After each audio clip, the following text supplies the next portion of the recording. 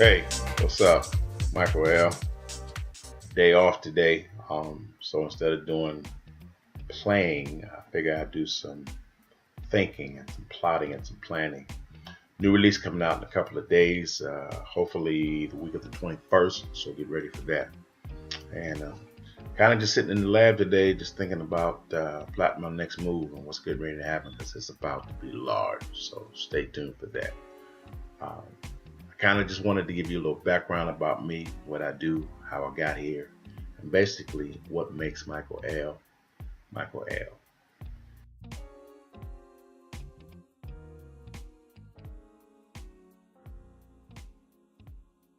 My music career, if I could call it one, I've never been without a career.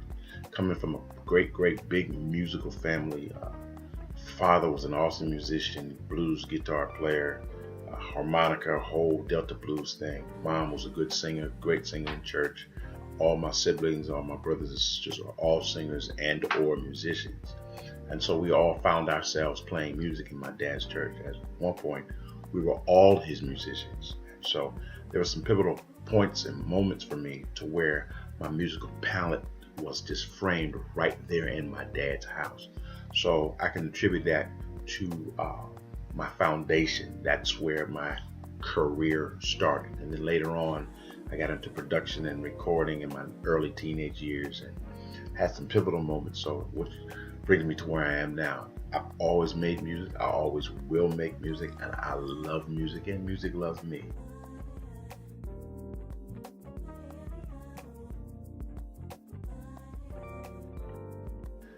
My first influence, of course, was my family, mainly my brother Gerald, who was my dad's piano player. Him and my brother John were the ministers of music at the church. You know, my brothers were the band, as I said before.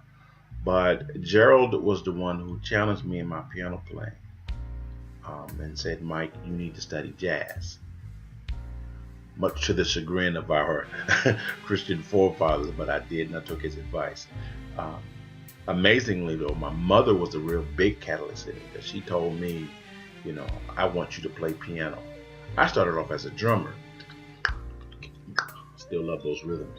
But mom said to me, play piano. So I did. Practiced, played, and that was that.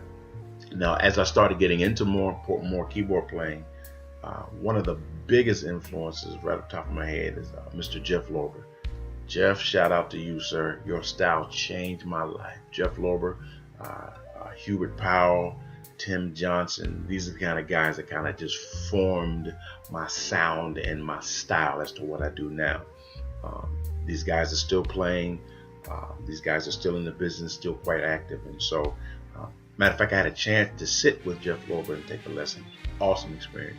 So I would advise and admonish any of you guys that are out there, find you a mentor, sit down, talk to them, see what's going on, see what they can teach you. You're never too old or never get too big to learn. Remember that. Always keep your influences around.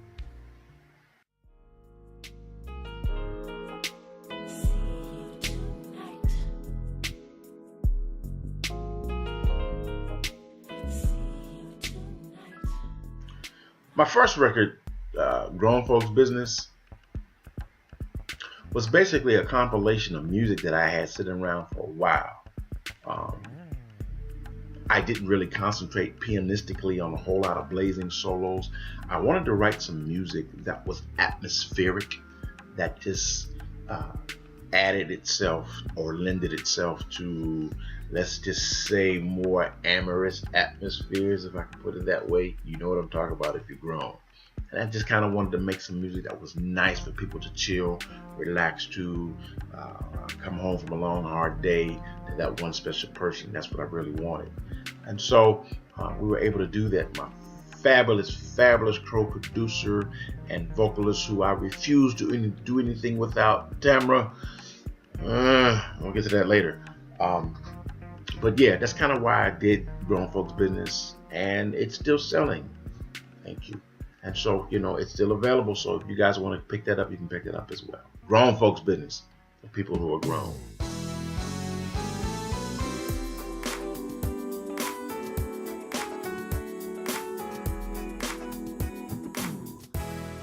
My new project that's getting ready to come out, it's a different turn for me due to the fact that I'm doing covers. And I write enough music. At first I didn't want to do it, but my buddy, my boy, my nephew Jody Daniels, Real Fat Media, I see you baby, who was a major player on this record. He played live drums, bass, guitar, and some backup keyboards. It was phenomenal. And of course, like I said, Tamara Lloyd, who just kicked this off vocally. And he said to me, man, covers is where it's at. I didn't want to do it, but once I got into it and started arranging and producing the music began to take on a new excitement for me, because that stuff that I grew up with as a kid really began to impact me. So, the single that's out now, Level 42, Something About You, I heard it, but I never thought of recording. And so when Jody hit me up, it's like, yo, you need to listen to that joint. And I did. And I love it.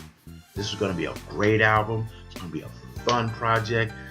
Some of my disco heads, I got something for you. My old R&B crooners got something for you.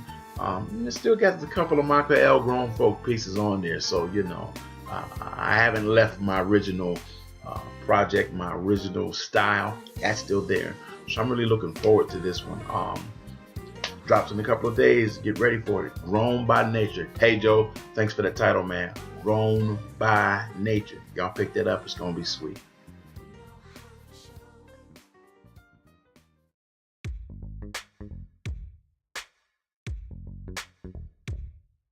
I've been fortunate within the last maybe 3 to 4 months to formally incorporate my company, Emily Music Group. Emily being my, much as I hate it, I'm going to have a transparent moment. First initial, middle name, Emily. Okay, I hate my middle name, but right now it's serving a purpose. So thank you to my older sister Pat, who always hated that name. It is now paying off. But Emily Music Group, that is my name of my company, and it exists to, of course, produce music, other artists, soundtracks, movies, commercials, all of that stuff. I view it as an entity of development and learning and musical production, not just for me, but people who wish to have great music, quality, industry standard music. That's what Emily is for. That's my ultimate goal.